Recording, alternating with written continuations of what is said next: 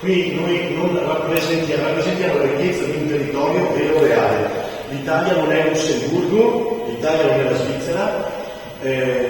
dove, purtroppo, anche sottolineo, dove le ricchezze si creano e si disfano nell'arco di una giornata. L'Italia e il Veneto soprattutto sono posti dove la ricchezza si crea giorno dopo giorno, anno dopo anno, sudore dopo sudore. Io questo ci tengo fortemente. Dico purtroppo perché in Svizzera ricordo che la banca è fallita e lo Stato è intervenuto.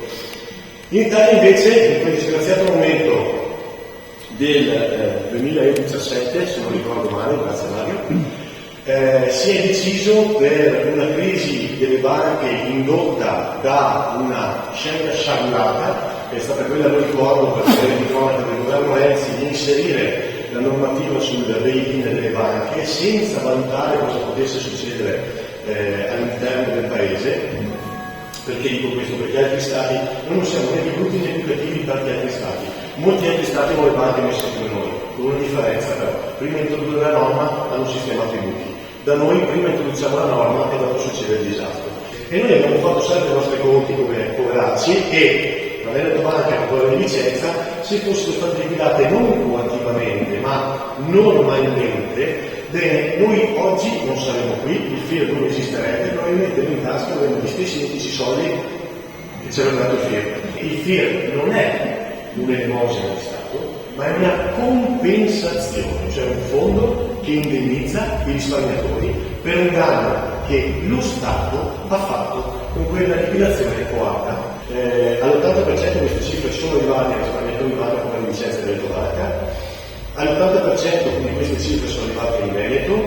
e più del 70%, 60% anzi, queste cifre sono arrivate a Vicenza e provincia. I nostri soldi erano già stanziati, quindi non c'è nessun stanziamento da fare, erano già messi da parte, c'era un salvadanaio con scritto risparmiatori, banche venete ed altri, dove dentro c'era già 1 miliardo e 575 milioni e noi quei soldi vogliamo per il territorio.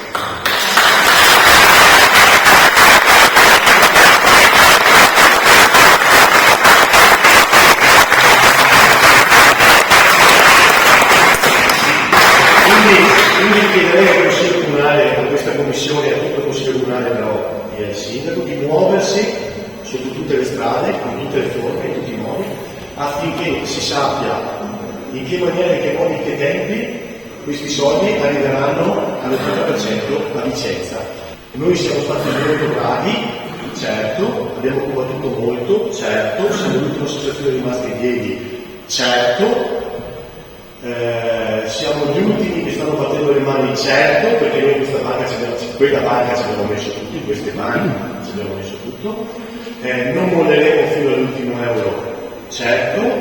però vogliamo fatti concreti, vogliamo movimenti concreti, vogliamo una relazione concreta, per cortesia, su cosa voi siete intenzionati per quelle strade vi muoverete concretamente.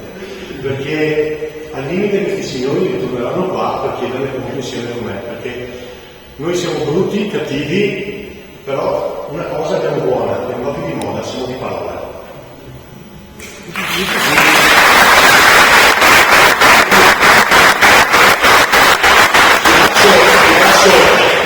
Quella che ha vissuto il nostro territorio è stata una tragedia economica, ma anche una tragedia sociale, perché ha toccato tantissimi risparmiatori, tantissime famiglie normali, non certo persone che erano miliardarie, che avevano tutto lì e soprattutto che si erano affidate, perché non avevano messo i loro quattrini in una banca con una sede in Germania o nel Regno Unito, ma si erano fidati di quella che era la banca del loro territorio. Non stiamo parlando di un regalo, stiamo parlando del fatto che a persone a cui sono state truffate, che si sono ritrovate che le loro risorse e i loro risparmi non c'erano più, sono state restituite una parte minoritaria di quelle risorse, di quei risparmi, per cui ogni euro che è possibile recuperare già stanziato va recuperato ed è un dovere farlo. Se vuole intervenire il consigliere regionale Giacomilla, prego. Secondo me, al di là di ogni aspetto politico che c'è stato nel passato più o meno recente, è importante che in questa ultima fase di partita, perché si tratta di liquidare somme già destinate sul fondo, il territorio sia compatto. Io voglio che vengano mantenute, noi vogliamo che vengano mantenute le promesse elettorali, lo stanziamento fatto e che venga rispettato quello che è un dovere morale dell'istituzione, cioè portare fino in fondo gli impegni che si è presa. Permettetemi, io fino a un anno fa facevo qualcos'altro, lo faccio ancora, sono un insegnante di liceo, non sono un voi, siamo tutti insieme, il Consiglio Comunale è in qualche modo la rappresentanza di un territorio, il Comune di Vicenza rappresenta magari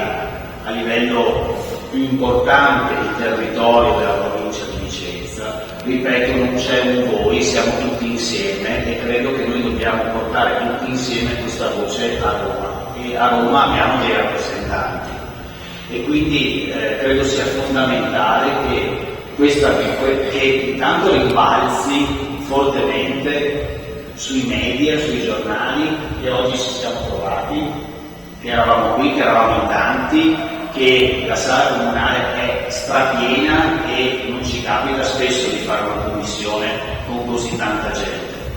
E dentro questa sala strapiena le persone chiedono risposte e le chiedono ovviamente alle istituzioni, le chiedono a Roma. Quindi io chiedo al Presidente Rizzini di riconvocare, perché dobbiamo battere su questo tema, riconvocare questa commissione per avere tra noi i nostri rappresentanti a Roma.